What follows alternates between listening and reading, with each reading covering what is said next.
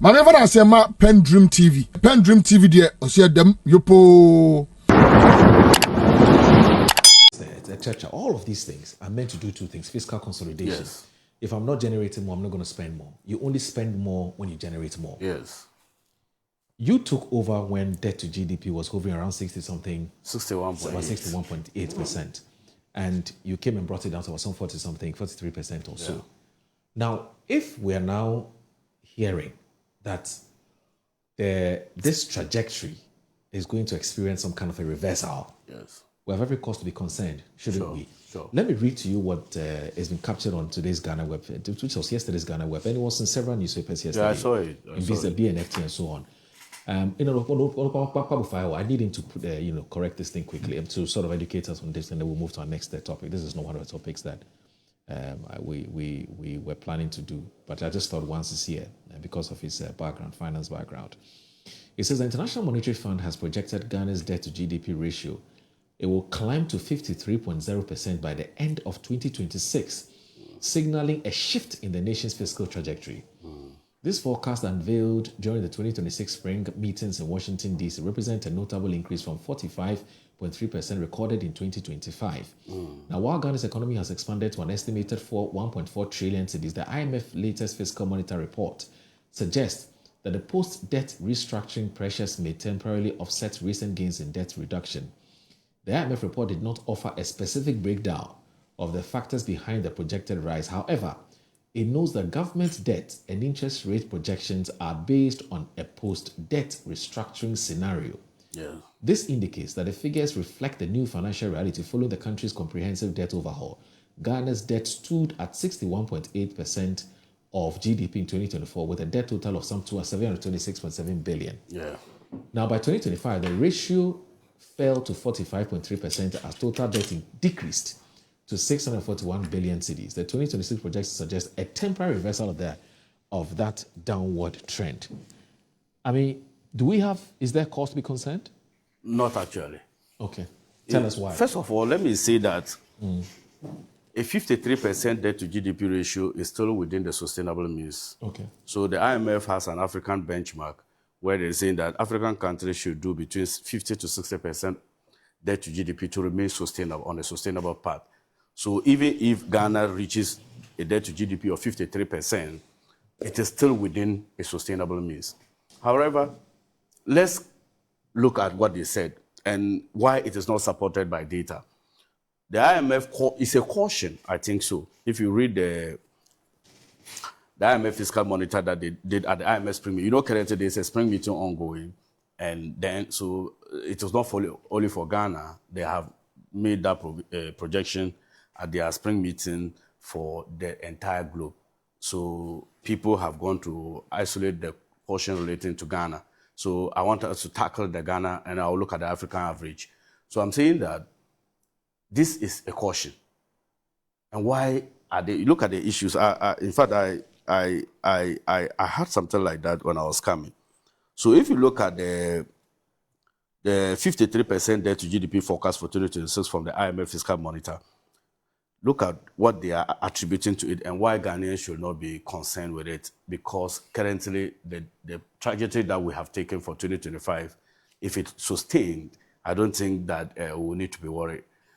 The second issue too is that, look, Moro, the IMF themselves projected that Ghana was supposed to end the year with 60% debt to GDP ratio in 2025. Yes. This was their projection. But later, they revised the projection and said that Ghana had outperformed the IMF targets. So they were saying that we would do debt to GDP ratio of 60% in 2025, but we ended the year with 45%. And they admitted Ghana outperformed all metrics that were set by the IMF. And the tool was their fiscal consolidation, spending within your means. And they have repeated it. Now, they are cautioning government of Ghana to resist the temptation of the post-debt restructuring. You know why? One, this is what the IMF said, the post-debt restructuring baseline. The IMF explicitly states its projections are based on post-debt restructuring scenario. This means that after the restructuring, we have deferred a lot of our debt into the future. Our economy has become robust. people will offer us low interest rates. So there's a temptation for government to go and borrow at lower interest rates. Okay. That's what they are just telling you. Right. So this means lower interest rate after restructuring, extended maturities. In simple terms, the restructuring reduces pressure but does not eliminate debt accumulation. So what they are saying is that expected new borrowing plus fiscal deficit, even with Ghana's reform, Ghana is still expected to, one, run moderate fiscal deficit, borrow, especially domestically through bond issuance. Debt rises when net borrowing is greater than your repayment and they go. What they are simply telling you is that because of the debt restructuring program that has been implemented successfully, there is some level of decline in debt. If you look at the Ghana's GRN now, it's about 10.06. So multilateral companies and bilateral relations, if we return to the capital market, there's a likelihood that Ghana will be borrowing at lower rates. So any government... And by GRR, you mean the Ghana reference rate? Yes. And any government with the number of social contracts that we made with the people of Ghana, if you are getting money at lower interest rate, the temptation to return to borrowing is high. So the IMF has costed all our social projects. And they've realized that for us to finance this, we may need to what? Borrow, because there's an appetite to borrow. But what the IMF don't know is that, or they've forgotten is that, all these projects are ongoing through domestic bond issuance. And they are not debt accumulation. They are simply what we call debt buybacks. So you have a maturing domestic bond that you are expected to pay tomorrow. Then you say, okay, let me borrow today. It was already a debt you were supposed to pay, but it's matured. But you might not have the fiscal cash because you have other competing needs that you want to satisfy. Then you say, okay, then let me borrow today because the economy is favorable. Let me borrow that money today, pay that debt, then defer the new debt into the future. That's what they call debt buybacks. Right. Meaning that you are not adding any new debt.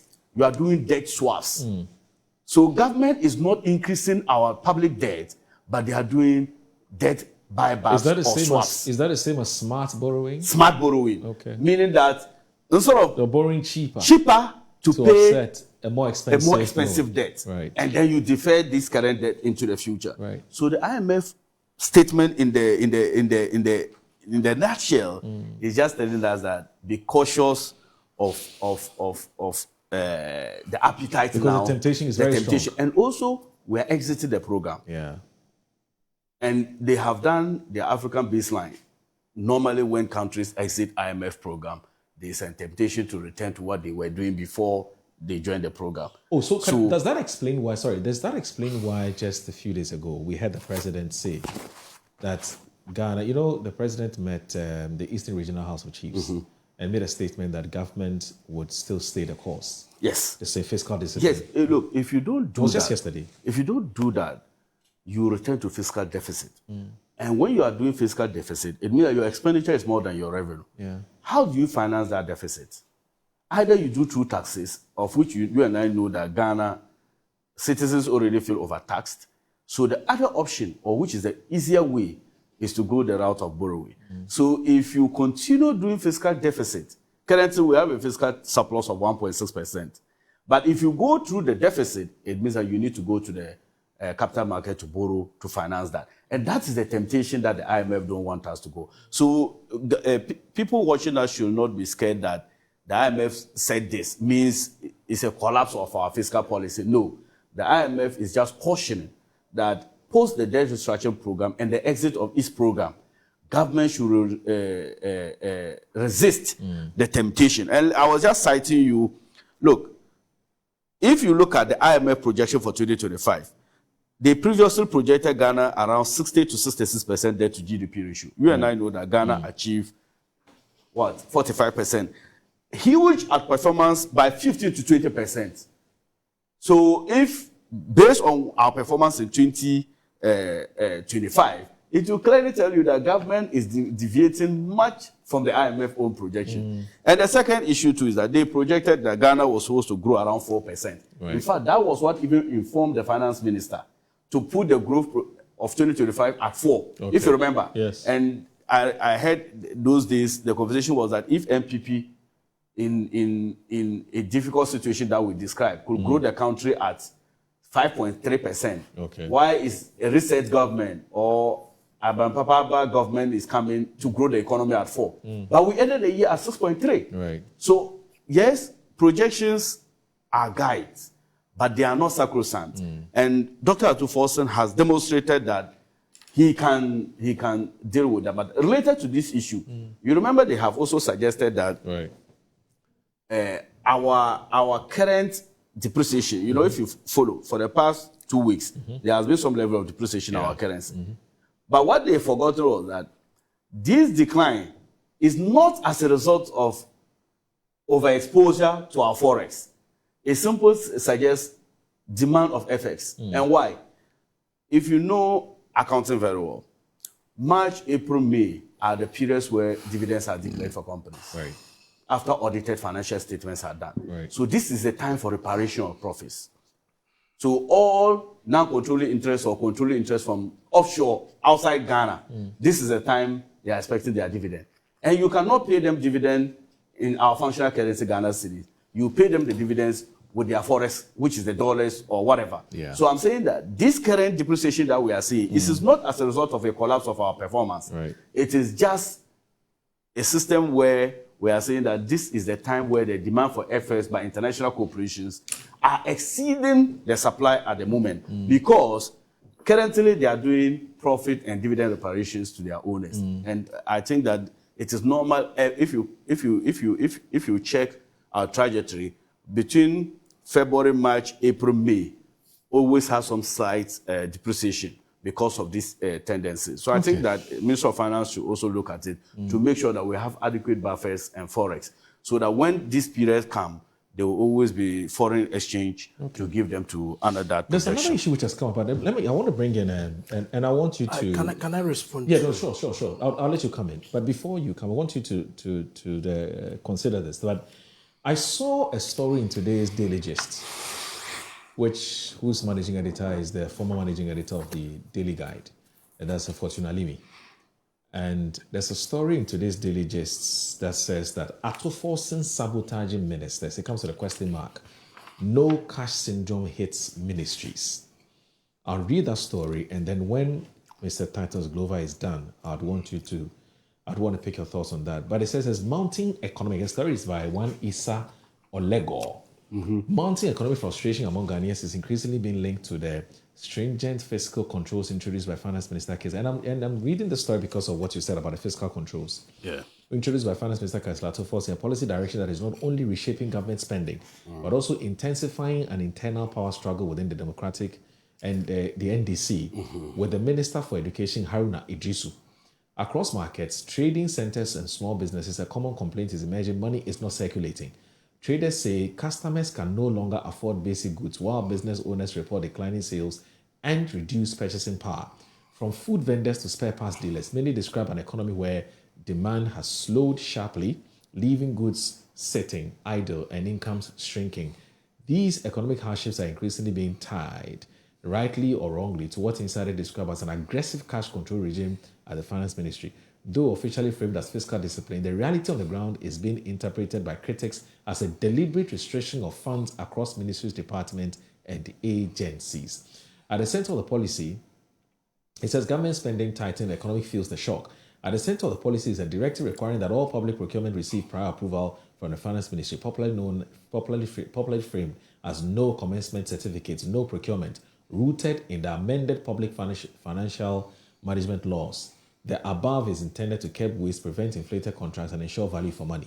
While the Finance Minister is neck deep in the award of big push, multi-billion dollars contracts under the road infrastructure, the same thing cannot be said about other MDAs as they struggle to get basic items as stationary for operations. Some state agencies that are self-financing and are liquid had got their monies cash out. The Finance Minister has swept all the funds under the claim that he needs money to pay maturing loans. Difficult agencies may get presidential reprimand for them to free their money to Atuforsen. According to Daily Gist sources, the recent agitations by government workers, particularly teachers, were as a result of squeezing of financial allocations to the agencies and the ministries with no budgetary support to pay the recently recruited staff, particularly teachers. The unpaid teachers, some of them have been working for about 18 months with no pay, cannot long bear the pain, and therefore march to the ministries. I'll get your thoughts on that, but I want to bring Titus, the IMF projection. Moro, thank you very much. Yeah. I think that's point of correction. Okay. We bequeath you with a growth rate of 5.7, not 5.3. So go and check your records very You mean well. debt to GDP? Absolutely. Not debt to GDP. He's talking about growth. No, you're talking about growth. I was talking Economic about debt to GDP. Borrowing. They started borrowing right from after this government came to office. On the 10th of January, through treasury bills, domestic borrowing, they borrowed 8.07 billion, 17 January 2025, 8.83 billion, January 2024, 8.16 billion, 31st January, 7.99 billion, February 7, 7.60, on and on and on, to a total of 59.68 billion. This was borrowed. But you see, borrowing per se, and when you look at these, there were three key things that they are using this borrowing. One, to pay salaries. Two, to finance budget operations. And three, the rollover debts. Borrowing per se is not bad, but what do you use the borrowing for? Is what is I more remember important. when they were in opposition, they were saying that we borrowed to pay compensation and consumption. You recall a few weeks ago, Atu was addressing Labor.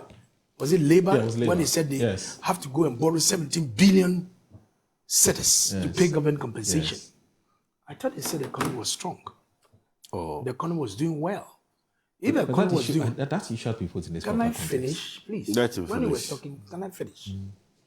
was When you not tell us your economy is booming, it's doing so well, where from that? I keep telling you that this, the theory of the NDC is practicing the economy. I don't get the head and tail of it. I don't get it at all. As we speak now, my brother, we are told that according to the statistical service, the inflation has dwindled to 3.2. Am I right? Yeah. Good. The CD and dollar has been stabilized. Am I right? Yeah. And we must sing some reflections in the lives of the people. President Mama on the campaign platform made reference to one of the American president or something. When they were talking about other things, then he said, talk about the economy stupid. Oh. You remember what that statement he made? Yeah. Yeah. So I want to draw the president's attention to this very statement. When you tell us the inflation is dwindled, CD dollar stabilized, it must reflect in our pockets. Maybe he's sitting here, you see, he doesn't pay utility tariffs. I'm not Yusuf though. Sorry, sir. No problem. Forgive me. Yes. Maybe he's been getting some money somewhere that the utility bills that he's paying, he doesn't feel it in his pocket. It's by The tariffs James that we are Carville. paying James Carville was one is who not said that. reflected in the salaries that they are paying public sector workers. It's so expensive. Okay, that is key. Number two, you talk about releases. When the minority were doing the debates on the what do you call it, the budget. When you look at the projected and the releases that the finance minister was supposed to release to these agencies and ministries, it fell below 50% because he doesn't want to spend. He's holding on to expenditure to control inflation. When you do that, it affects the ground. Number two, they cut off the heads of cocoa farmers. When we assumed office on the 7th of January, the price of cocoa per ton was hovering between 1,200 to 1,300 per ton.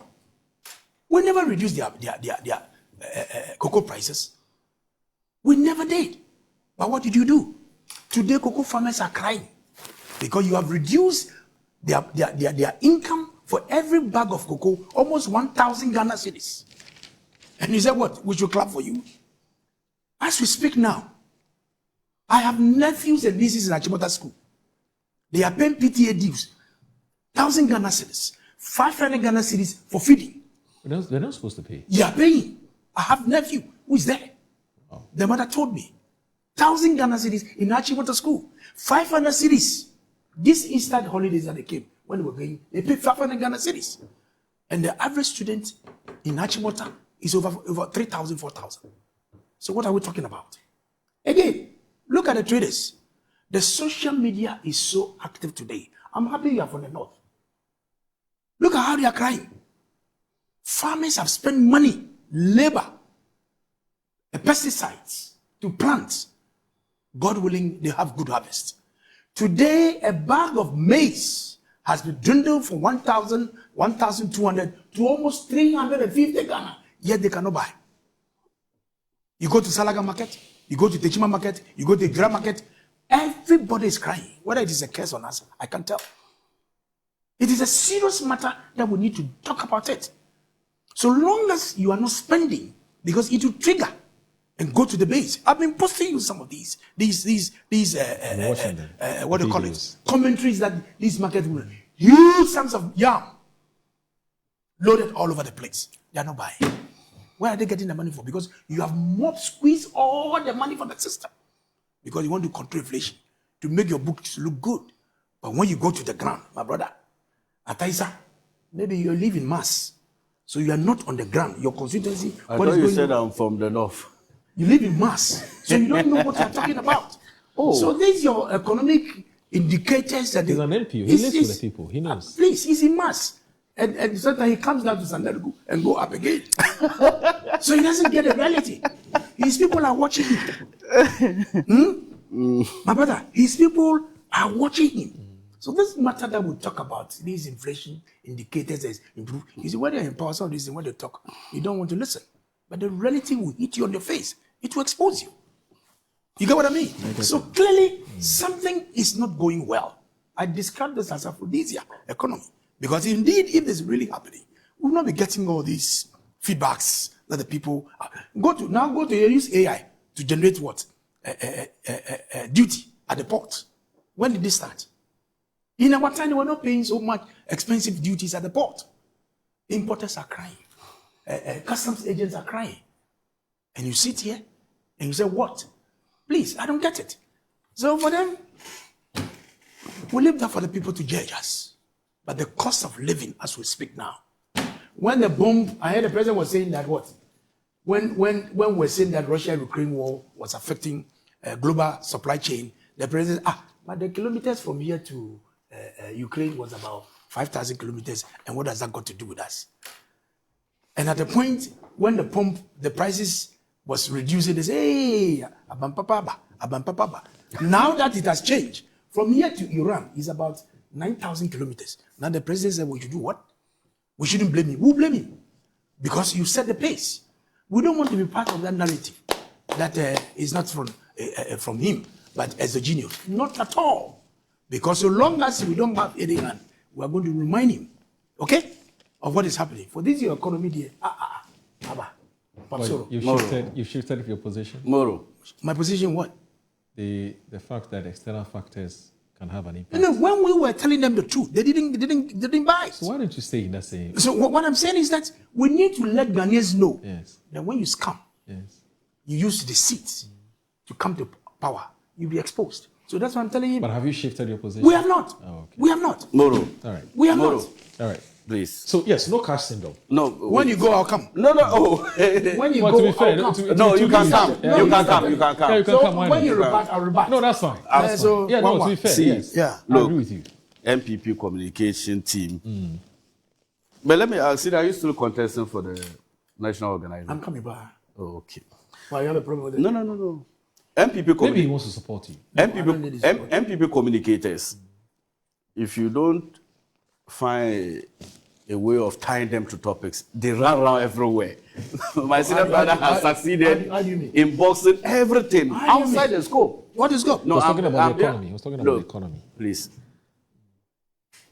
In my submission, I already told you, what you read about domestic borrow of 53 billion, you are only proving what I said.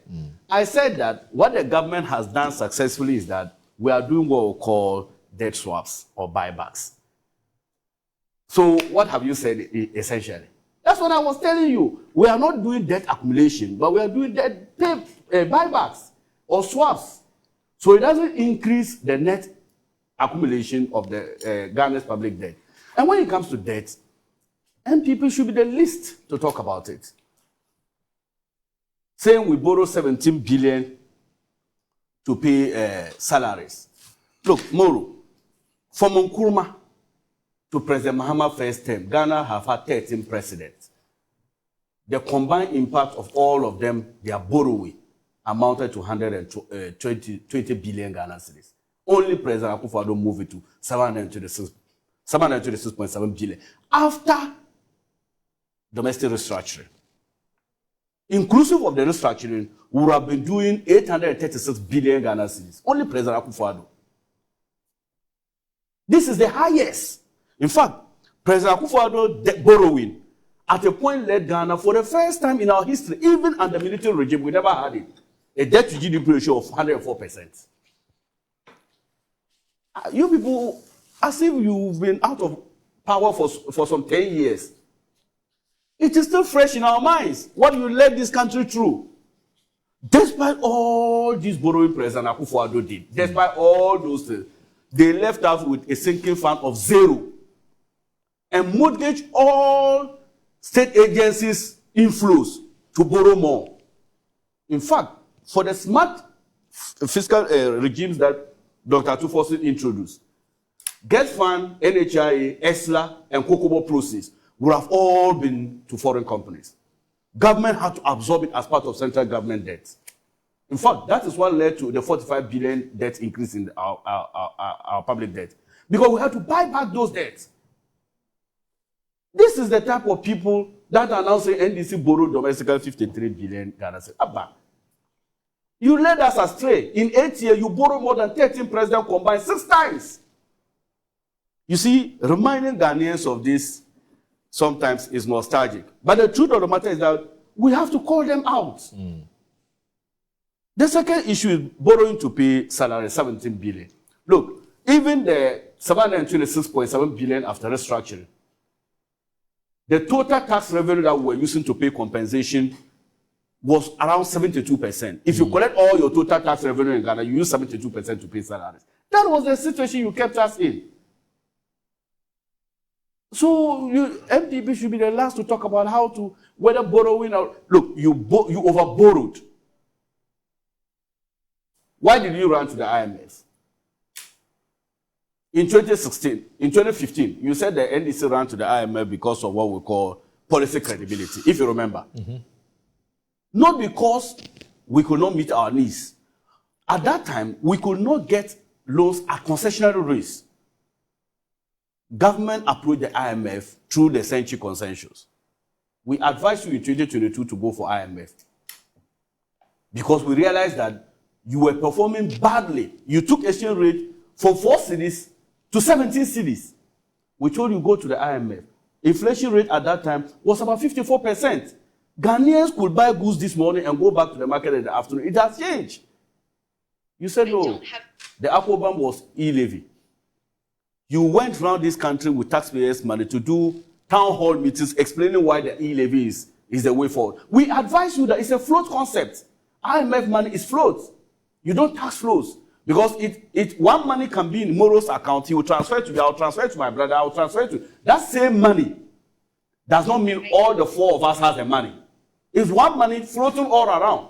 We said that is not a smart way of taxing. Number 2, we said that what services have we provided to tax that money? The communication companies tax us the 1% commission because they provide the platform. That's a communication service tax. So what do you provide? Meanwhile, at the end of the year, you charge them 25% corporate tax. So we said that's tax on tax. They didn't listen. The Aquamom didn't survive. They now approached the IMF at the time that Ghana was at its vulnerable stage. That is the legacy of the MPP. When Dr. Tufosin said he borrowed 17 billion to pay salaries, if you know governance structure, government has 4 ticket items: compensation, goods and services, capex, and then your statutory disbursement, and then you have your discretionary expenditure. When you allocate the resources, depending upon which one you prioritize, there will always be a deficit. So if he had mentioned salaries first, mentioned statutory items, it means that he would have said we borrow 17 billion to maybe do goods and services. It's just the arrangement. He was just trying to demonstrate why our local revenue that we are raising cannot meet these 4 ticket items. It was just itemization. So because he used compensation, he could have said, If you take compensation, if you take statutory payments, if you take goods and services, capex, we have to borrow money to do it. You would have still come here and said capex.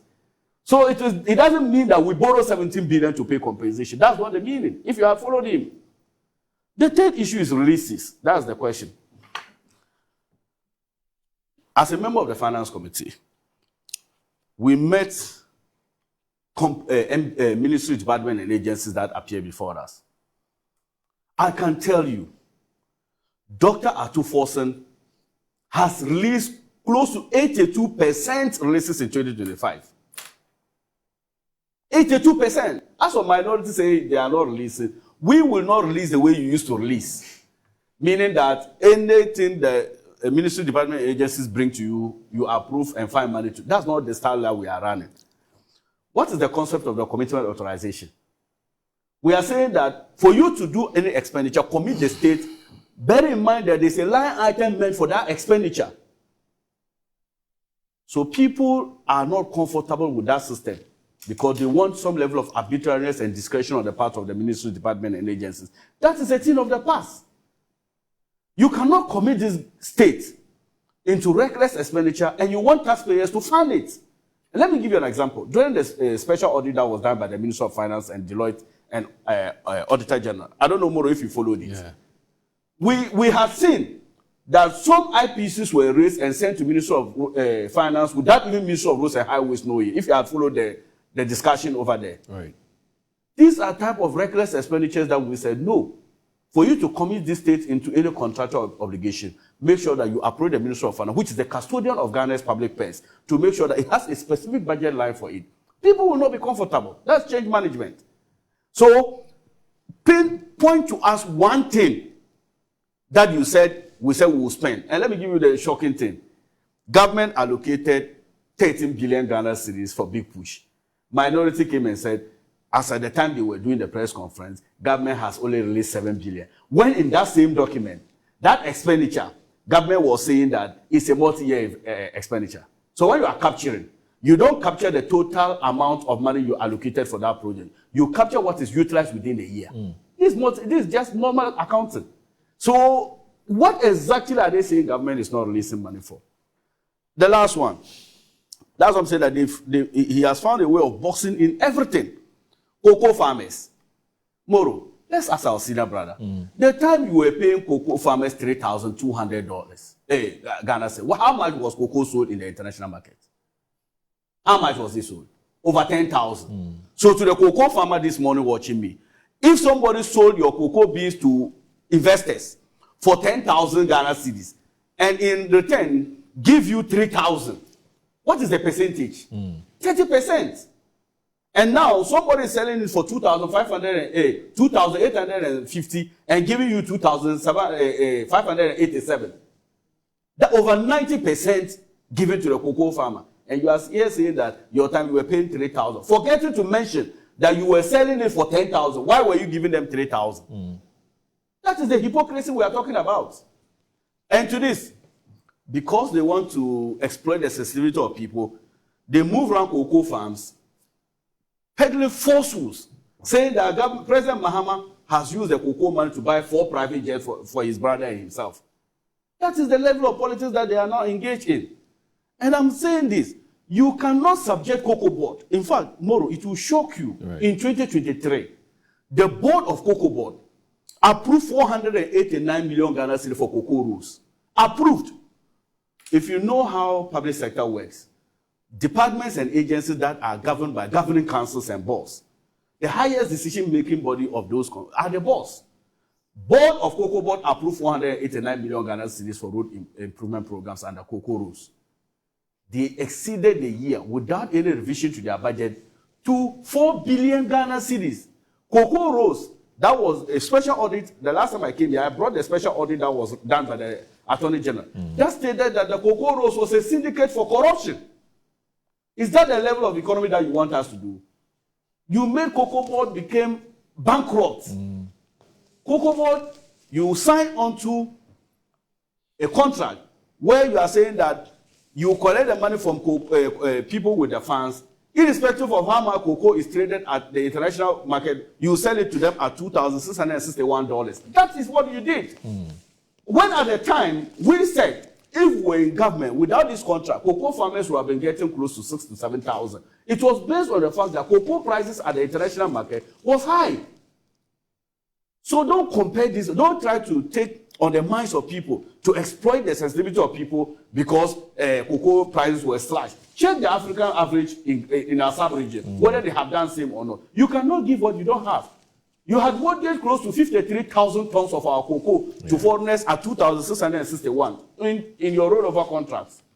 And you have the audacity now to say that President Mahama reduced cocoa prices.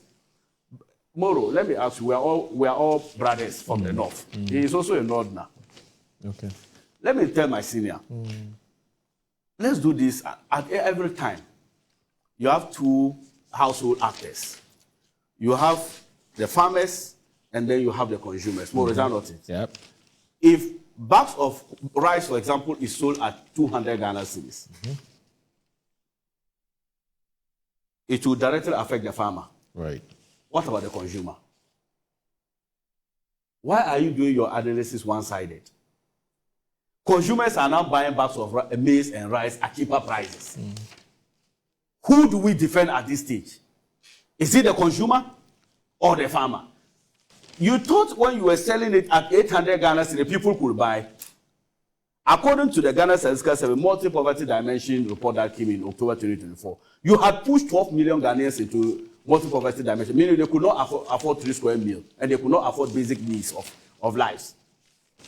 So are you telling me that we should have maintained 800 Ghana cedis as bag of rice when the average Ghanaian cannot afford a bag of rice? Is that the logic we should get? So I'm saying that this type of to exploit farmers, what you are forgetting is that people who are purchasing bags of maize for 200 or 300 Ghana cedis are mad at you because your time. I remember people you don't expect as an MP, people you don't expect to come and tell you that today they haven't eaten. They used to come to us as parliamentary candidates.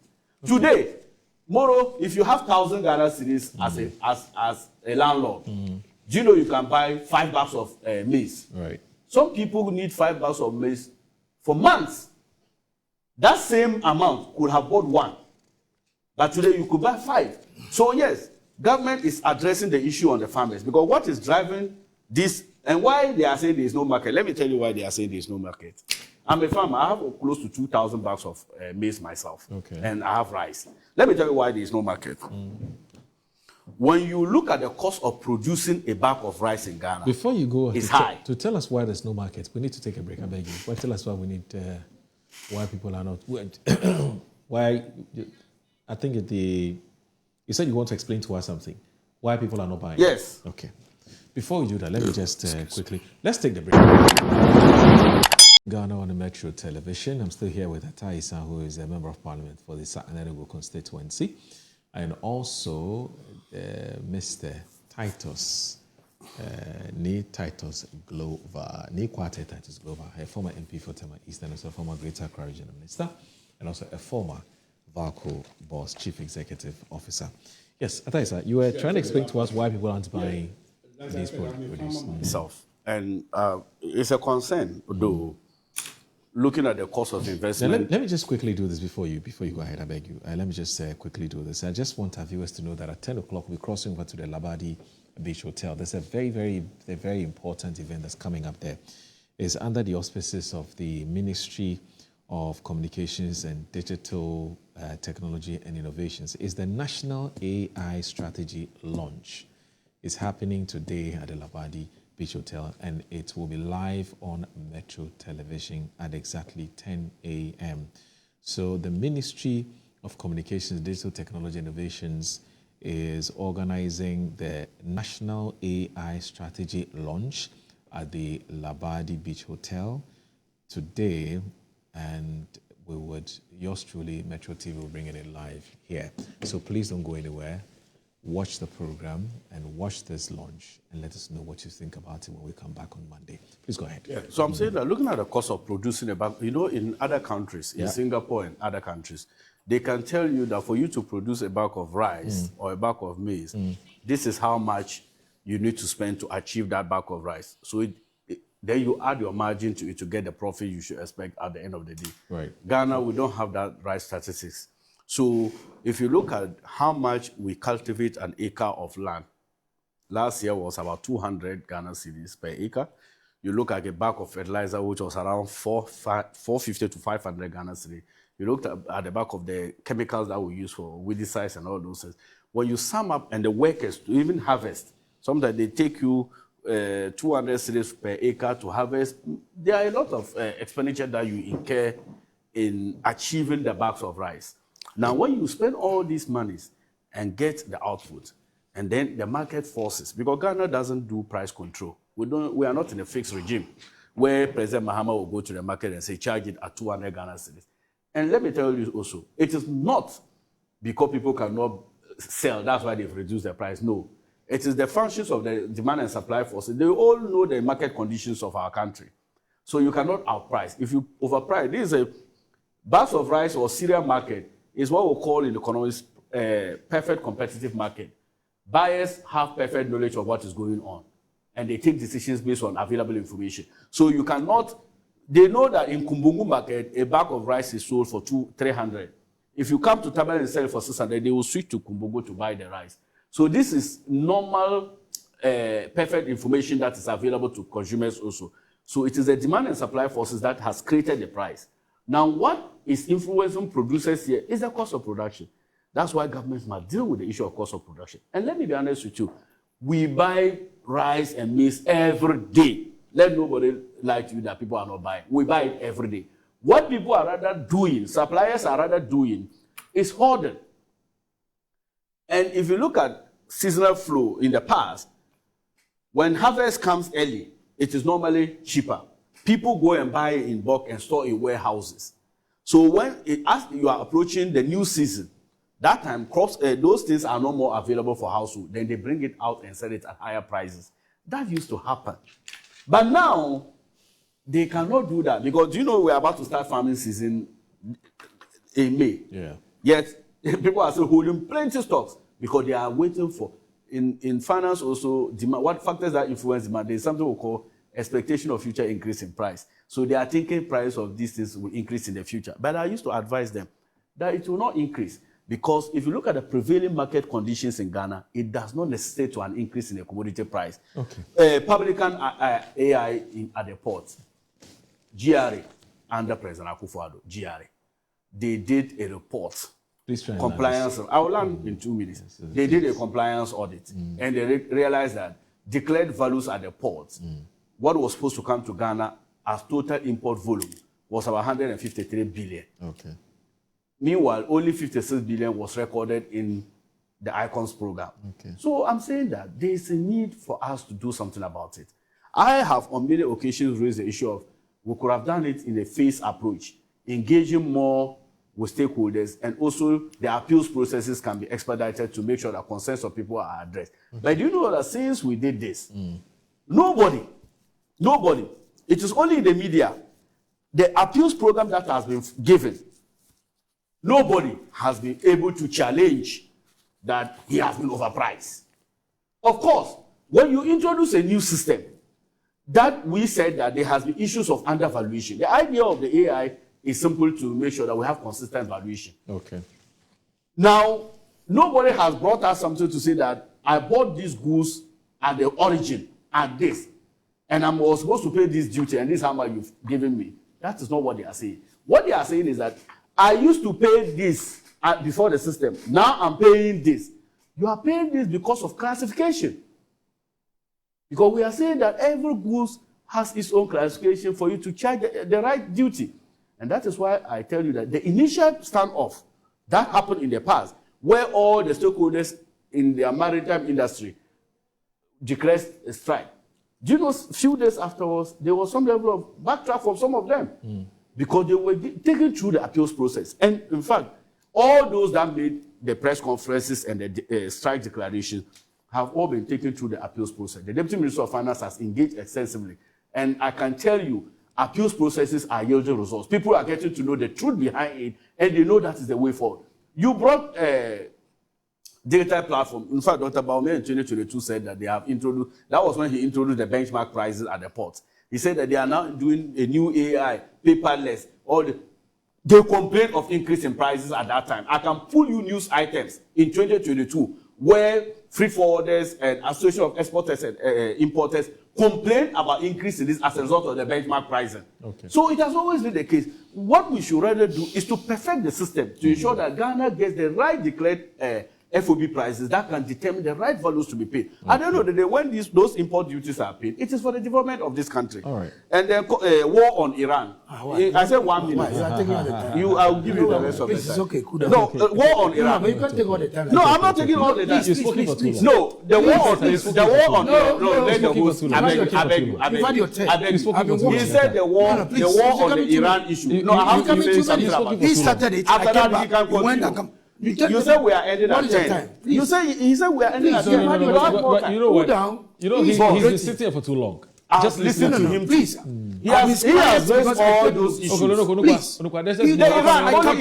After that, I won't talk again. Just 1 minute. Just 1 minute. Because you are raising the issues. You raised all of them. You raised all of them. So I'll go back again. So please. Yes. Iran. The Iran war. Middle East. No, please. The Iran war. Look, don't compare apples to oranges. Don't do that. Nobody said the war on Iran didn't have extended impact on Ghana. We have always maintained that Ghana is not immune to externalities. You mean the Ukraine-Russia war? Ukraine-Russia war, yes, sorry. Yes. COVID-19, Ukraine-Russia, all the excuses that they give. We never said that it shouldn't have an impact in Ghana. But we were saying that the impact that we are experiencing from those externalities is because it is severe in Ghana because of underlying macroeconomic difficulties that we had. We had always been straight with that. The second issue is that look at the impact of Strait of Hormuz having on global economy. Can you compare the Strait of Hormuz to that of the Russia-Ukraine? Is the Russia-Ukraine war not happening? What measures did you leave behind when you left to mitigate the impact of Russia-Ukraine that we inherited? Okay. It is happening. Venezuela, the world mineral depot, the largest world mineral depot president was taken. We are seeing many other global tensions across the globe. Yet government remain resilient and government has taken proactive measures to cushion the average Ghanaian. Okay. So don't compare Iran-Israel war to that of the Ukraine-Russia. All right. Urugwa. Moro. Yes, sir. It's not the too much shouting that Isa will see it on national television and the propaganda here. The reality is on the ground. The people are watching us. So sometimes when you're in government and they talk and you feel that what you are saying is the truth, the reality is on the ground. That will check you. As we speak now, are you aware that on the 21st of March this year, the Afrobarometer report said the average Ghanaian condition has worsened from bad to worse, 66.9%. The Afrobarometer report. This is a very important indicator. It's all over the space that people are watching. So when the Honorable is on high horse, saying that everything is rosy, is good, Atu is doing magic, President Mama is doing wonderfully well, this is an important indicator that is telling us that, look, the conditions of our people, including those in Sanargu, are shot up from bad to worse. You may mention that we borrow. Yes, we borrowed. But when you borrow and use the money judiciously, it comes to use.